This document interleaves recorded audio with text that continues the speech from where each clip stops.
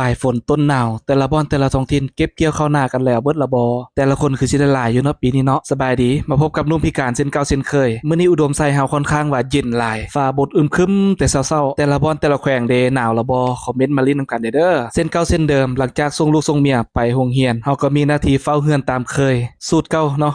หลังจากนั้นก็สิมาตากเครื่องตากของเริ่มเข้าหน้าหนาวเต็มโตแล้วเมื่อวานนี้ก็คนเทเอาเครื่องกันหนาวที่เฮาเก็บไว้ปีกายนี่เนาะเอามาซักให้เบิดเนาะเกียมรับมือกับหน้าหนาวโอ้อุดมใส่นี่คันได้หนาวแล้วหนาวแท้ๆเด้จนบ่อยากอาบน้ำพุ่นแหละ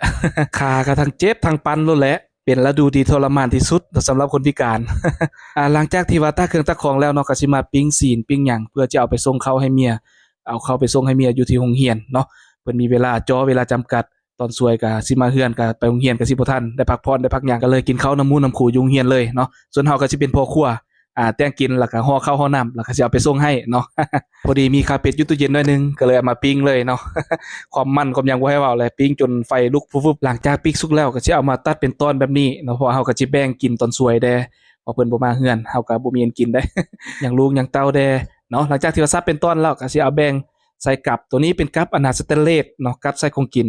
ตัวนี้แม่นค่อยขายเด้อเนาะเขาผู้ใดสนใจก็ติดต่อมาทางใต้คอมเมนต์ได้หรือสิทักมาในเบอร์ WhatsApp ก็ได้เนาะทักมาข้อความ Messenger ก็ได้ลองใส่แล้วติดใจเนาะสะดวกสบายในการตักของกินหรือว่าห่อของกินเนาะเอาใส่ก็มีแต่เอาฝาปุกเนาะฝามันก็จะเป็นพลาสติกเป็นยางเนาะอัดง่ายอัดแจ็บเนาะมันจะเป็นเซตแบบนี้เนาะในเซตนึงจะมี5อันจะเป็นสันแบบนี้เลยจะเป็นฝายางปกแบบนี้แจ็บดีเนาะเพราะมันก็มีล็อกพอดีปกแล้วก็ลงล็อกแล้วก็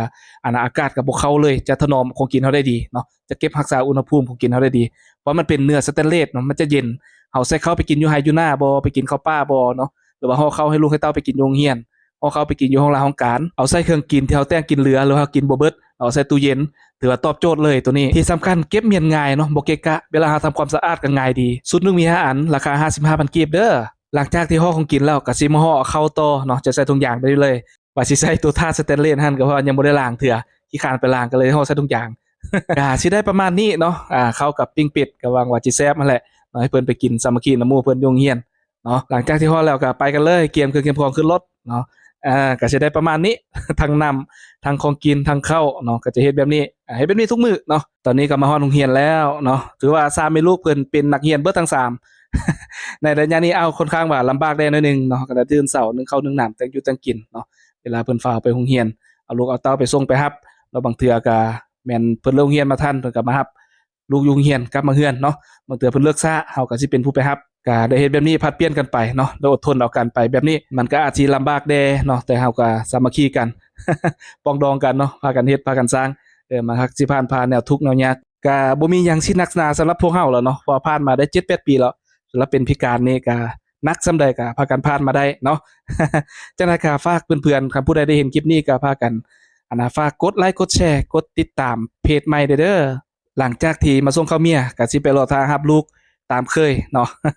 ขอบใจที่ติดตามรับชมจนจบคลิปฝากกดไลค์กดแชร์กดติดตามเด้อ